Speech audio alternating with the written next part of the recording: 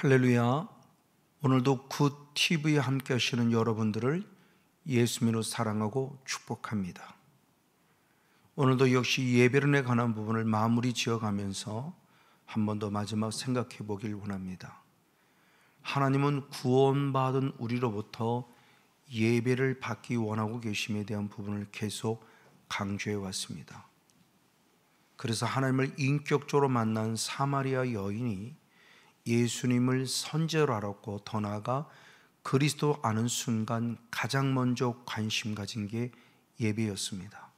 그래서 하나님의 은혜를 받았는지 받지 않았는지 그 척도를 통해서 보면 예배에 관심을 갖고 좀 더 주님 앞에 나온 자는 은혜를 받았다, 이렇게 우리가 말씀드릴 수 있고, 반면에 예배와 멀어지면서 주님 앞에 가까이 나옴이 멀어진 자를 향해서는 때로는 우리가 은혜가 떨어졌구나라는 안타까운 마음을 갖기를 합니다. 이와 같은 상황 속에 사마리아 여인은 예수님을 만났으니 요한복음 4장 20절의 말씀에 우리 조상들은 이 산, 즉 그리심산에서 예배하는데 당신들 유대인들은 예루살렘에서 예배하더이다 라고 말씀하며, 하나님의 은혜를 받자마자 가장 먼저 관심 가진 게 예배였다는 사실에게 대단히 고무적인 도전을 주고 있습니다. 이 사마리아 여인이 얘기하는 그리심산에서 예배를 드리는 거나 또한 더불어 예루살렘에서 예배를 드리는 거나 나름대로 다 성경적인 근거를 갖습니다. 가장 먼저는 신명기 12장 바로 16장 2절의 말씀을 통해서 보면은 하나님의 이름을 두려고 택한 곳 바로 거기에서 유월절 제사를 드렸다라고 말씀을 통해서 하나님의 이름을 두려고 택한 곳 그곳에서 예배드렸음을 말합니다.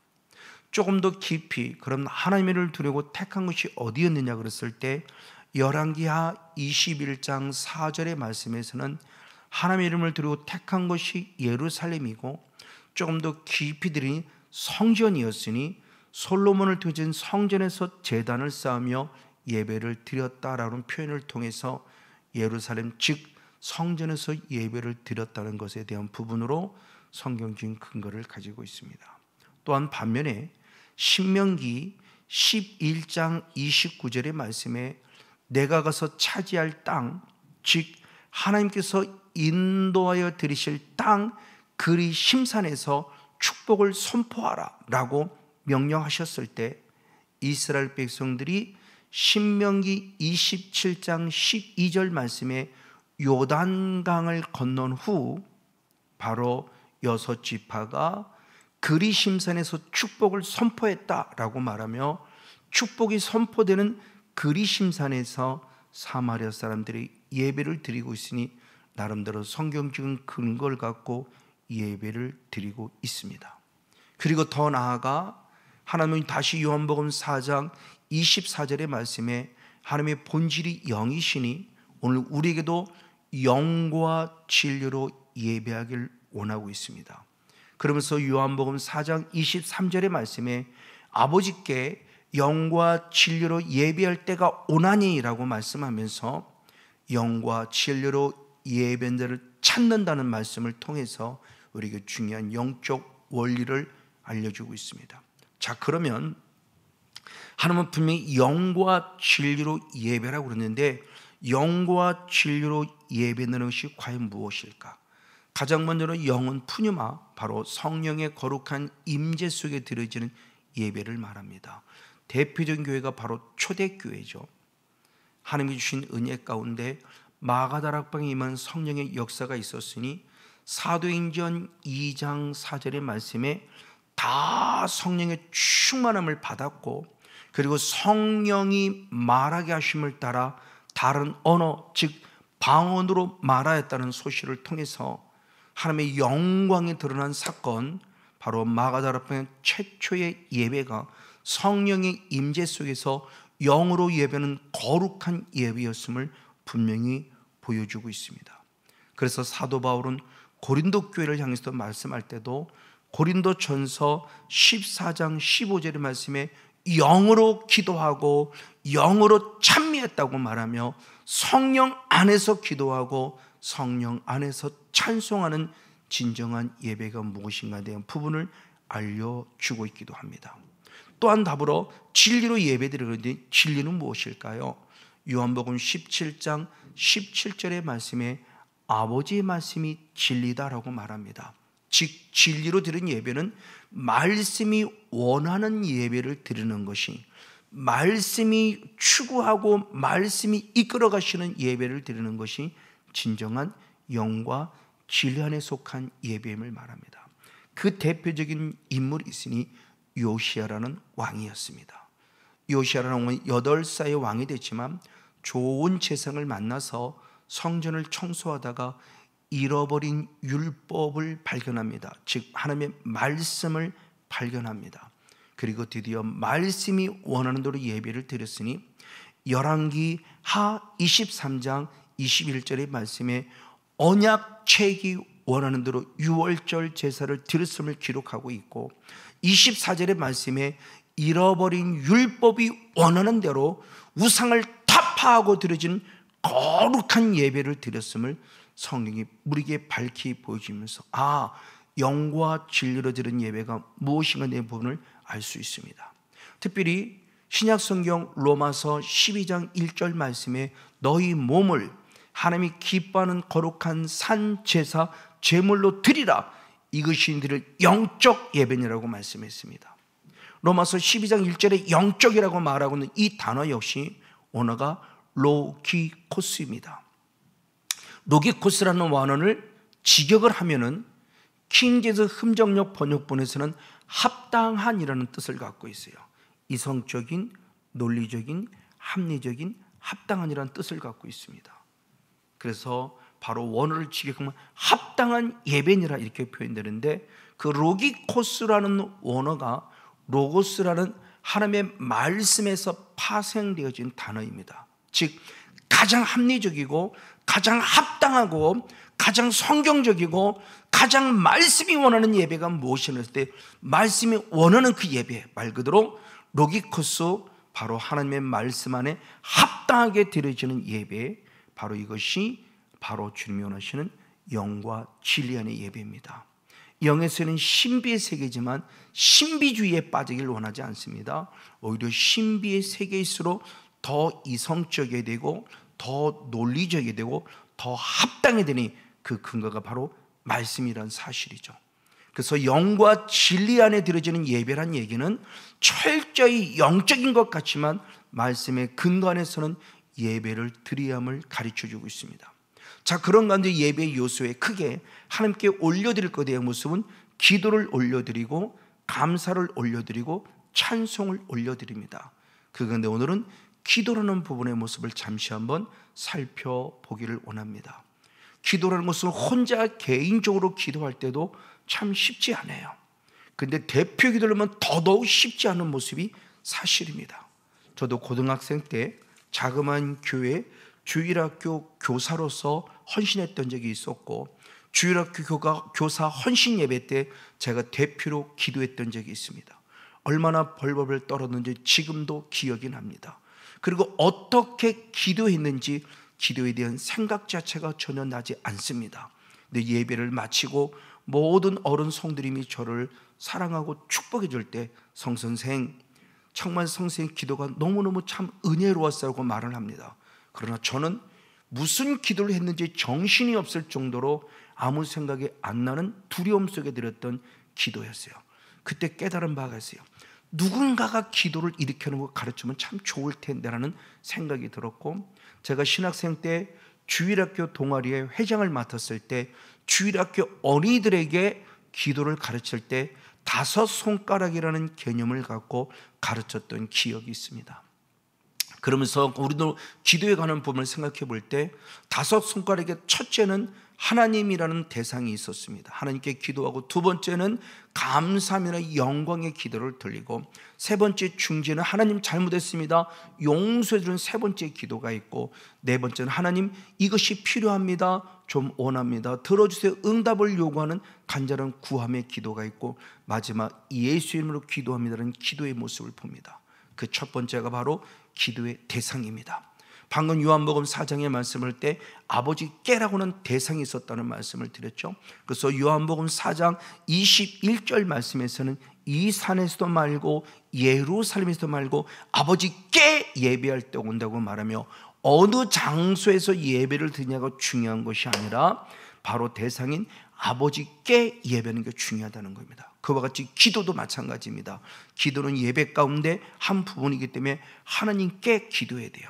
그래서 대표적으로 신앙의 위인들이 있을 때 아브라함의 첫 믿음의 조상이었으니 아브라함의 창세기 20장 17절 말씀에 하나님께 기도했다고 말하며 모든 신앙의 위인들이 하나님께 기도하고 있음을 분명히 보여주고, 예수님 역시도 마찬가지입니다. 그래서 누가복음 6장 12절 말씀에 예수님이 어느 날 철학 기도를 하셨을 때 산에 올라가 밤새도록 기도할 때 하나님께 기도했다고 말하며 예수님마저도 하나님께 아버지께 기도했다는 사실을 분명히 보여줍니다. 더더욱 주기도문을 통해서 보면은 마태복음 6장 9절의 말씀에 이렇게 기도하라고 말씀하며 하늘에 계신 아버지여 라고 말하며 기도의 첫 출발점이 하나님께 있음에 대한 부분을 보면서 우리의 기도에 대한 첫째 하나님이시다, 아버지라는 사실을 잊지 않고 기도의 됨을 말합니다. 그러면 두 번째 손가락에서는 하나님 아버지 감사합니다 말하며 하나님께 영광을 올려드리고 감사를 올려드리는 기도가 두 번째 필요합니다. 다시 한번 마태복음 6장 9절의 말씀에 보면은 하늘에 계신 우리 아버지여 그 이름이 거룩히 여김을 받으시면 말하며 하나님께 영광을 올려드림을 봅니다. 맞습니다. 이제 하나님 아버지 이름을 찾았으면 이제 우리는 중요합니다. 감사합니다. 감사합니다. 구원하심을 감사하고 건강케 하심을 감사하고 예비를 드릴 수 있음에 감사하고 너무나 많은 조건에 감사의 요소가 있을 수 있습니다. 이렇게 감사를 드리죠. 예수님도 역시 그렇게 했으니 죽은 나사로를 살려줄 때 나사로야 살아나라 이렇게 먼저 명령을 선포하지 않았어요. 그럼 예수님은 어떻게 하나님께 기도했는가?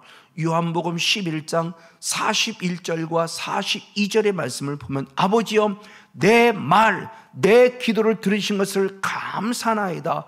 항상 내 말을 들으시는 줄을 나는 알았습니다 고백하며 하나님께 감사 기도를 드리고 있음을 예수님의 실제적인 기도 속에도 살펴볼 수 있습니다. 맞습니다. 이와 같이 신약 성경에 13권을 쓴 사도 바울이 쓴 바울의 서신들을 보면 모든 말씀마다 가장 초반절에 하나님께 감사합니다, 하나님께 감사합니다라는 기도를 드리고 있습니다. 대표적으로 데살로니가 교회입니다. 사도 바울은 데살로니가 전서 1장 2절에 내가 하나님께 항상 감사하는 것은 너희들을 기억하고 있습니다 그러며 데살로니가 교회를 기억하며 늘 감사 기도를 드리고 있어요. 참 고생이 많은 교회였죠. 그들의 믿음을 보면서 늘 감사했죠.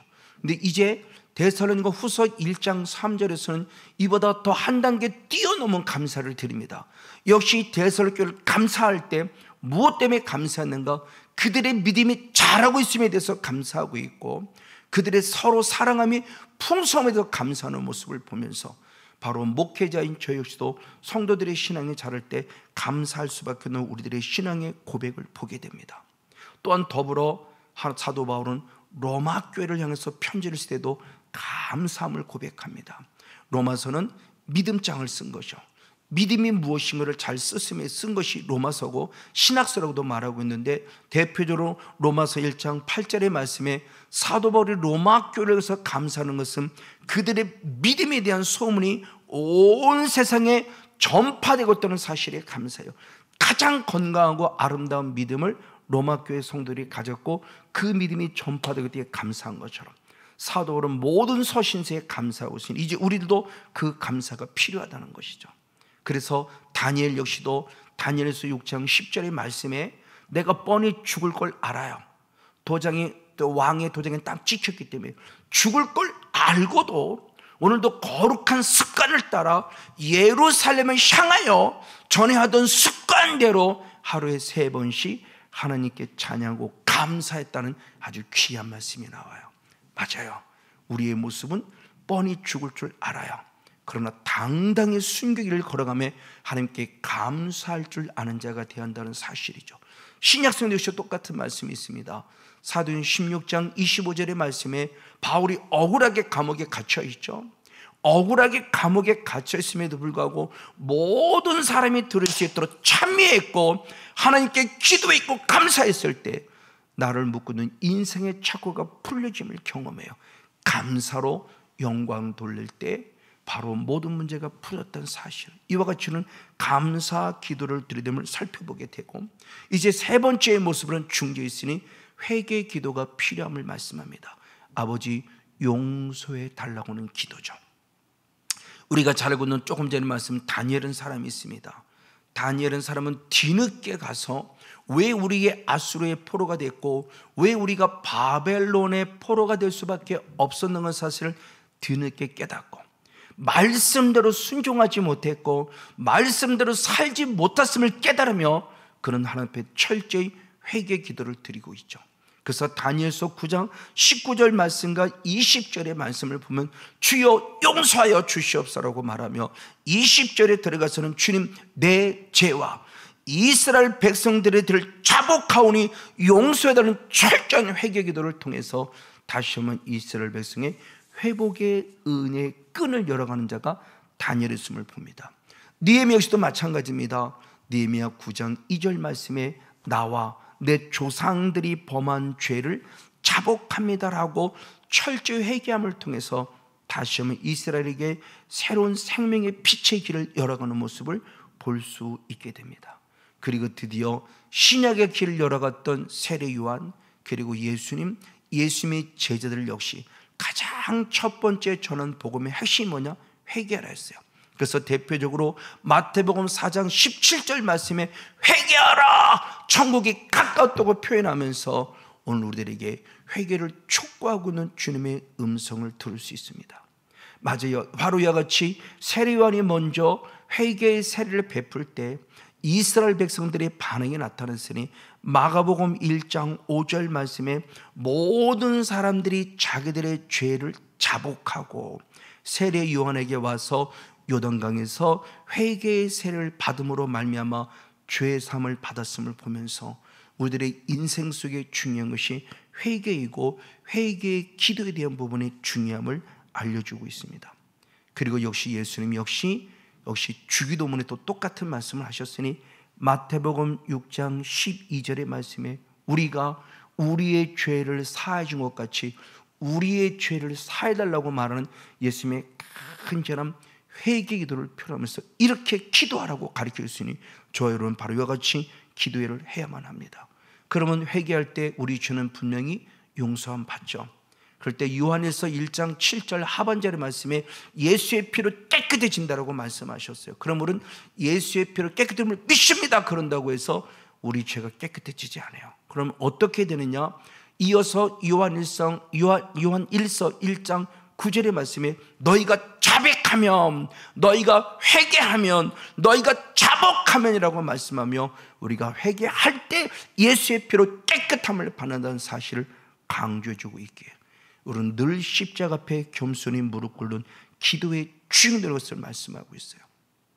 그럼 이렇게 회개할 때 어떤 일을 공급받느냐? 사도행전 2장 38절 말씀에 회개할 때 죄사함을 받고 하나 더 플러스가 되니 보너스는 뭐냐? 성령을 선물로 주신다 그랬으니 오늘 저 여러분 하나님의 이름을 찾으며 모든 범사를 감사하고 내가 죄임을 고백함에 있어서 죄사함은 물론이고 반드시 성령을 선물로 축복받는 성령을 공급받는 그런 축복의 주인공이 되어지기를 예수님으로 간절히 축복하고 축원을 드립니다. 그리고 이제 네 번째 손가락이죠. 하나님 아버지 감사합니다. 용서해 주시는 마지막 이제 이것이 필요합니다. 응답해 주시는 말하는 우리의 필요를 구하될 것을 말해요. 그래서 마태복음 7장 7절 말씀에 구하라 그러면 너희들에게 구해질 것이고 찾으라 그러면 찾을 것이고 문을 두드리라 그러면 열릴 것이라고 말씀하며 하나님이 구할 때 주시고 찾을 때 찾을 것이고 하나님 앞에 문을 두드리고 열을 때 열릴 것이 된 축복을 줘요. 그러나 이 구함에 있어서도 무조건 구하라고 말하지는 않습니다.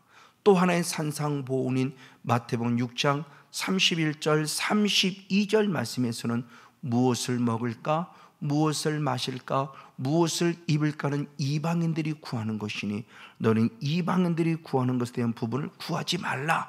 나는 이미 너희들이 이 모든 것이 필요를 알고 있다라고 말씀하시면서 이방인들이 구하는 먹을 것, 마실 것, 입을 것을 구하는 자가 되지 않기를 원하고 있어요. 야고보서도 똑같은 말을 했어요. 야고보서 4장 2절과 3절의 말씀에 왜 우리가 응답받지 못하느냐? 욕심을 내었기 때문에 응답받지 못한다. 살인하며 시기하고 질투고 다투었기에 응답받지 못한다. 때로는 구하지 않았기에 응답받지 못한다. 때로는 구하기는 구했으나 정욕으로 쓰려고 잘못 구하였기에 응답받지 못한다고 말하며 이방인의 구하는 것을 구하지 말할 것에 대한 부분을 성경은 분명히 말씀하고 있습니다. 왜일까? 이것은 세상으로부터 온 것이기 때문에.